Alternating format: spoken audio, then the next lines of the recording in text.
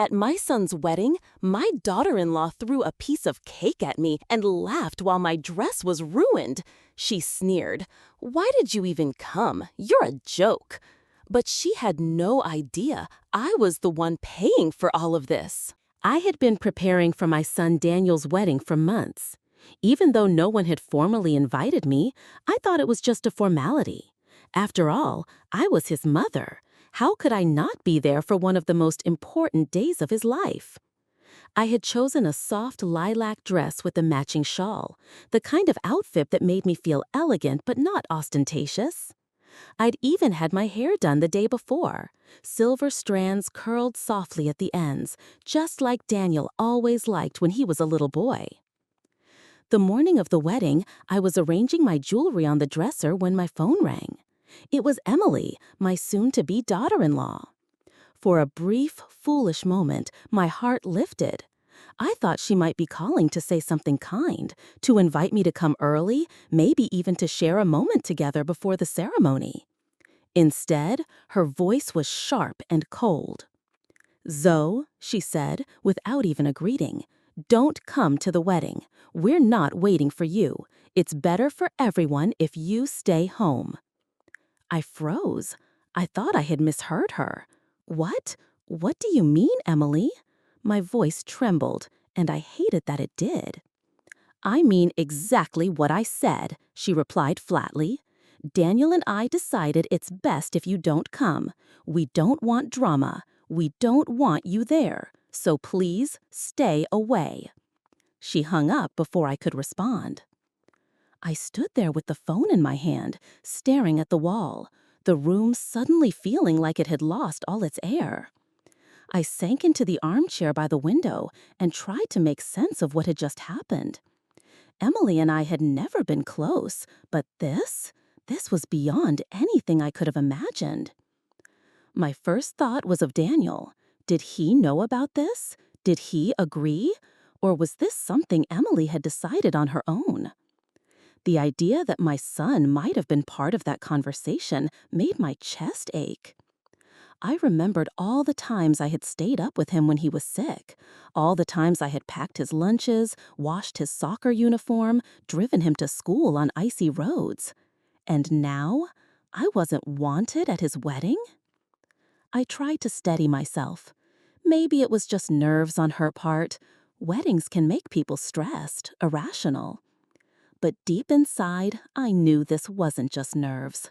This was deliberate. I looked over at my dress hanging by the door. The lilac fabric caught the morning light, shimmering softly now. I ran my fingers over the smooth material and felt a tear slip down my cheek. I had bought it imagining the smile on Daniel's face when he saw me in it. Instead, I was being told to stay away, as though I were a stranger. The hours passed slowly that day. I busied myself with watering the plants, washing dishes, anything to keep my hands moving so my mind wouldn't spiral into that hollow place of hurt. Every now and then, I'd catch myself glancing at the clock, thinking of where they must be, getting dressed, taking photos, exchanging vows. And all the while, I sat in my quiet kitchen, unwanted. I told myself I wouldn't cry anymore, but as the evening shadows grew long, the reality of it pressed heavier and heavier against me. My son was now a married man, and I hadn't even been allowed to witness it. What I didn't know then was that this was only the beginning. Emily's cruelty would take forms I couldn't have predicted, and Daniel's silence, that would hurt most of all. The morning after Emily's phone call, I sat at my kitchen table with a cup of tea that had long since gone cold. I'd replayed her words over and over in my mind, and each time they sounded more absurd. "Don't come to the wedding," as if I were some distant acquaintance who might disrupt the guest list. I thought about staying home. Truly, I did. It would have been the easier thing, to avoid confrontation and sit here in my quiet little house while my only son said his vows without me. But as the minutes ticked by, a stubbornness began to take root inside me. The same stubbornness that had carried me through raising Daniel alone after his father left. The same grit that got me through years of double shifts when money was tight. I told myself, I have every right to be there. I raised him. I supported him. I bought his first car, paid for his college. I am his mother. And no one, not even Emily, gets to erase me from this day. So I took my lilac dress from the hanger. My hands trembled a little as I zipped it up, but I kept my chin high. I pinned on the pearl brooch Daniel had given me on Mother's Day when he was 10, and I put on my best shoes. I would go quietly, sit in the back, and cause no trouble. I only wanted to see my boy marry. The church was already buzzing when I arrived. Guests milled about in their suits and dresses, laughter spilling out into the warm air. I caught sight of Daniel near the altar, straightening his tie as the photographer gave directions. My heart swelled. For a moment, all the tension melted away. My son looked so handsome, so grown up, and I felt a rush of pride so strong it almost knocked me off my feet. I slipped inside and found a seat near the side aisle where I thought I could blend in. A few people smiled politely, others glanced at me with mild surprise, but no one said anything. I smoothed my dress and waited for the ceremony to begin. That was when I heard it. Zoe. Her voice came from behind me, sharp, meant only for my ears. I turned to see Emily, already in her wedding gown, white lace glimmering under the soft lights. She wasn't smiling. "What are you doing here?" she hissed, stepping closer. Her eyes narrowed in a way that made my stomach twist. "I told you not to come." "I'm here to see my son marry," I said quietly, forcing myself to meet her gaze. "I'll sit quietly, Emily. I won't disturb anything." Her lips curled into something that was not quite a smile. "You just couldn't listen, could you?" She glanced over her shoulder, making sure Daniel wasn't watching. Then she leaned in, her breath warm against my ear. "If you want to sit here, fine, but you're going to regret it." I frowned, not understanding what she meant, until it happened. In one swift motion, she picked up a small plate from the refreshment table beside her. On it sat a chocolate tart, its glossy filling thick and dark. Before I could react, she tilted the plate sharply forward, and the tart slid off, landing squarely on the bodice of my dress.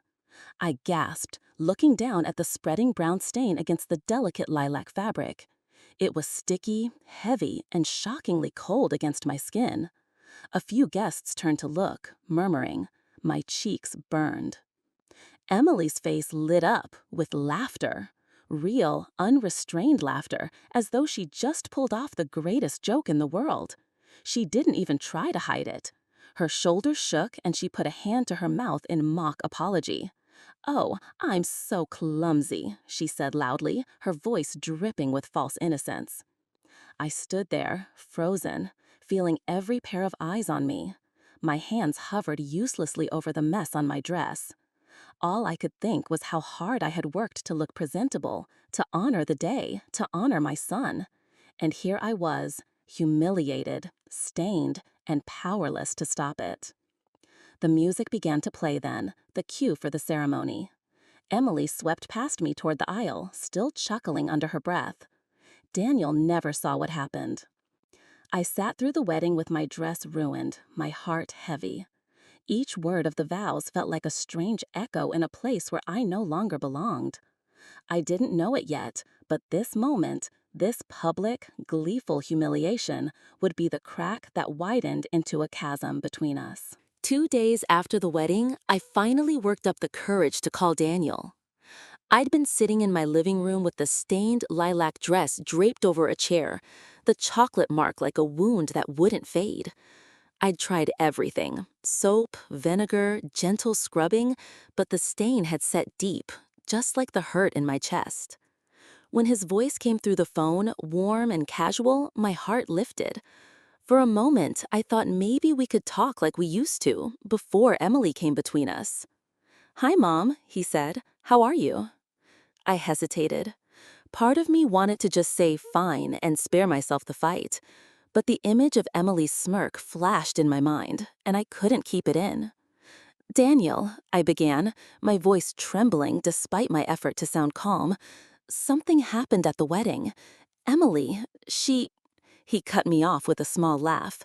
What is this about now? She threw a chocolate tart at me, I said plainly. On purpose. She ruined my dress. She laughed about it. There was a pause. Then a sigh.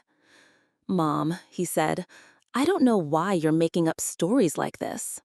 I'm not making it up, I said sharply, my patience thinning.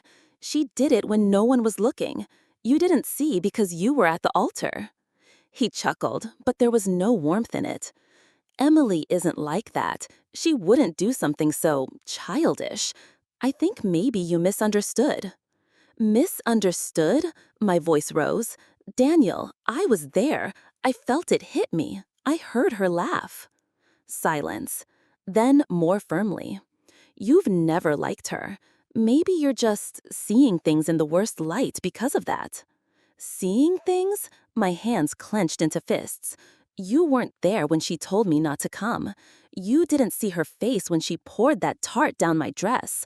I didn't imagine it. Another long sigh. Mom, I don't want to argue. I just got married. Can we please not start our new life with you accusing my wife of whatever this is? I felt my throat tighten. So you're taking her side? I'm taking the truth side, he said, his tone cooling. And the truth is, Emily wouldn't do that. Maybe it's best if we don't talk for a while, until things calm down. The line went quiet after that. He didn't even say goodbye. I sat there, phone still pressed to my ear, listening to the hum of the empty line. Somewhere deep down, I'd feared this moment for years, the moment my son would believe someone else over me. Now, it was here. And it hurt more than I'd ever imagined. The next day, I decided to go to the store. I told myself it was just a routine errand, bread, milk, a few vegetables. But as I walked through the sliding doors, I felt a prickle of unease. Something in the air felt heavier than usual, though I couldn't place why. And then I saw them.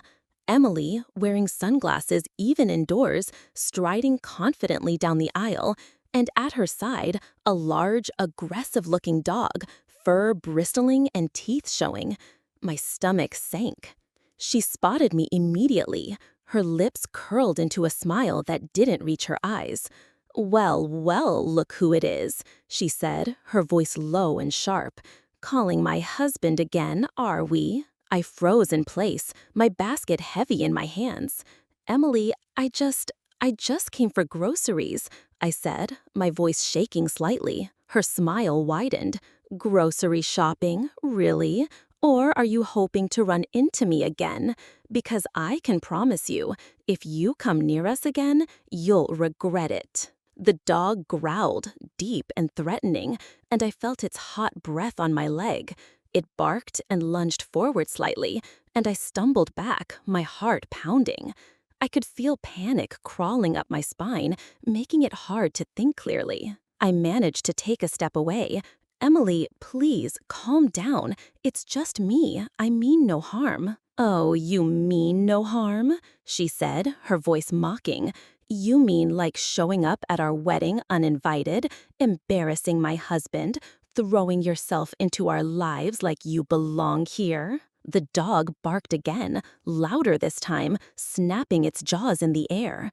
I pressed myself against a shelf, trying to keep the animal between us, trying to keep my hands from trembling. Emily's words cut deeper than the dog's growls. She had no intention of hiding her hostility, and Daniel wasn't here to protect me. It was just her, the dog, and me, and she clearly enjoyed the power she held in that moment. Finally, I turned and walked toward the exit, my basket forgotten, my limbs stiff. I could feel her eyes on my back, and I knew she was savoring every second of my fear. Outside, the warm sun felt like a balm, and I took several deep breaths, steadying myself. But I couldn't shake the realization. Emily had no intention of letting me be part of my son's life, and Daniel wasn't standing up for me. For the first time, I felt truly alone. When I got home, I sat in my favorite chair and tried to calm the racing of my mind. That encounter had shaken me, but it had also sparked a determination I hadn't felt before. If they wanted a fight over control, over power, over what was mine by right, I wouldn't back down. It was time to take the steps I had always hoped I'd never need to take. After the terrifying encounter at the store, I couldn't stop thinking about Emily's threats. The way she had glared at me, her dog lunging as if it were trained to intimidate me, left a lingering fear I knew I had to turn into action. I couldn't allow myself to be pushed around anymore, not by her, not by anyone. I sat at my kitchen table with my laptop open, reviewing old documents I had stored over the years, deeds, bank statements, car titles. Slowly, the realization began to sink in. All these years, Daniel had lived in homes I had paid for. All these years, his cars had been bought with my money, and every account he had, every bank account, every investment, every property had started with deposits from me. Carefully saved, carefully invested, a legacy I had built. I leaned back in my chair, my heart racing, the weight of what this meant settling over me. For decades, I had supported him, often silently, often without acknowledgement. And now, when Emily tried to erase me, to control and intimidate, I had the power to reclaim what was mine. I picked up the phone and called the lawyer I had known for years, my sister's recommendation, someone I trusted implicitly. I explained the situation, detailing Emily's harassment, Daniel's refusal to protect me, and the evidence that all the assets in question had been purchased or funded by me. By the end of the call, my lawyer's voice was calm, measured, but carried a note of approval. "Zoe," she said, "you have more than a case. You have leverage. We can freeze the accounts, place liens on the properties, and ensure that nothing moves without your consent. It will take time, but the law is on your side." I felt a fierce relief wash over me. Finally, I was not powerless. Finally, I could stand up, not just to Emily, but to anyone who tried to belittle or intimidate me. Within the next few days, the legal process began. Notices were sent, bank accounts were frozen, deeds were registered, and the lawyer arranged for all the properties to be temporarily held under my name until the courts could confirm my ownership. I watched the events unfold with a sense of vindication. For the first time, I felt that the balance of power had shifted. Then the phone rang. Daniel. "Mom," he said, his tone wary. "What's going on? Why are the accounts frozen? Why are the properties under your name?" I let the silence stretch before replying, my voice calm but firm. "Daniel, everything you have, every house, every car, every account was purchased with my money. Now it's time to return what belongs to me." He sputtered, then raised his voice. "Mom, how could you do this? I'm your son. Don't you trust me?" I held my ground. "I trusted you too much, and now I have to protect myself. You refused to defend me from Emily. You allowed her to humiliate me, intimidate me, and erase me from your life. I won't let that happen again." The line went silent, and I felt an unfamiliar calm settle over me. For years, I had been walked over, ignored, and dismissed. Now, the scales were tipping in my favor. As I hung up the phone, I looked around my home, still familiar, still comforting, still mine. I realized that the humiliation, the fear, the frustration I had endured had not broken me. It had prepared me. I was ready to reclaim my life, and nothing would stand in my way. It didn't take long for the consequences of my actions to reach Daniel. Within days, he called, his voice sharp and incredulous, a mixture of anger, fear, and disbelief. "Mom, what have you done?" he shouted. "This isn't fair. Those accounts, those houses, they're mine. You can't just take everything away." I listened quietly, letting the words wash over me.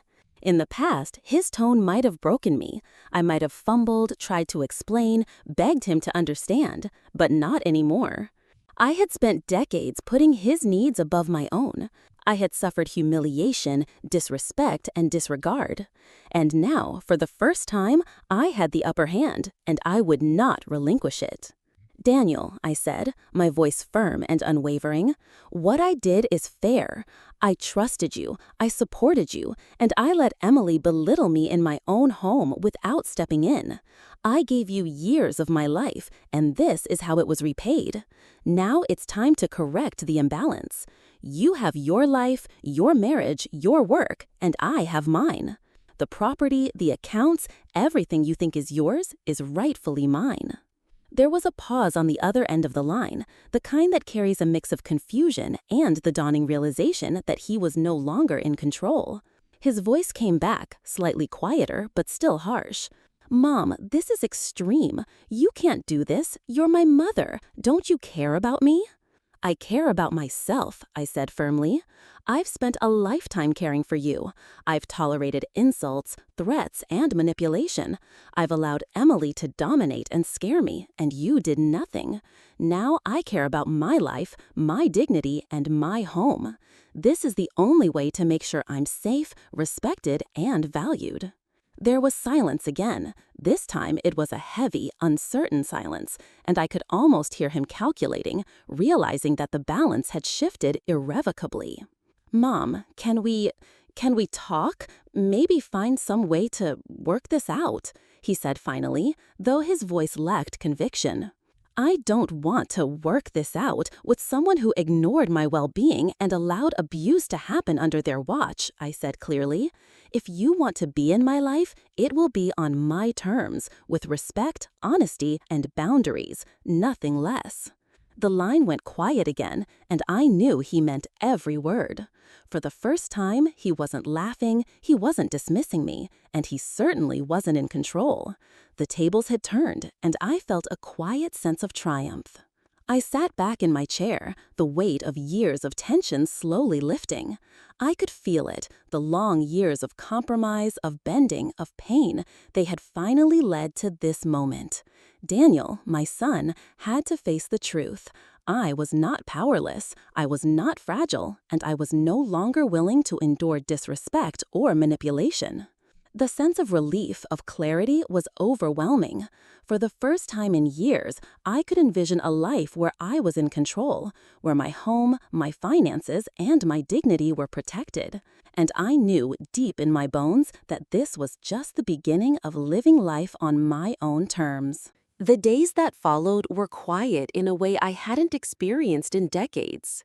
With the accounts secured, the properties registered in my name, and the legal processes completed, I felt the house around me breathe with relief. The echoes of past arguments, the tension of past humiliations seemed to fade with each passing hour. For the first time in years, I moved through my home freely, without anxiety or fear of unexpected confrontations. I spent the mornings tending to the garden, the flowers I had planted with my own hands years ago, now in full bloom. The roses, their petals soft and fragrant, reminded me that care and patience yield results. I found joy in the small things, the morning sun glinting through the kitchen window, the smell of fresh bread baking, the quiet hum of life that was finally mine to shape. Daniel called occasionally, cautiously, his voice tentative. He never spoke of taking the accounts or properties again, and I realized that he had learned the hard way that respect and boundaries are not optional. Emily did not appear at my door, and for that I felt a peace I could scarcely remember having.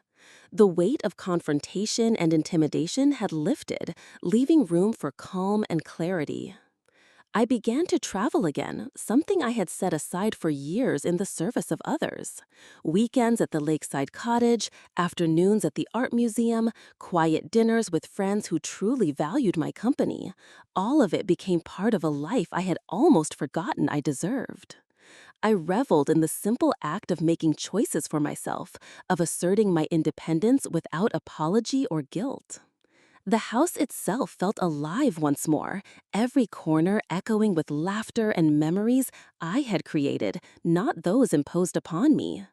I painted the walls in warm colors, rearranged the furniture, and restored the spaces I had long neglected because I had been too busy managing the lives of others.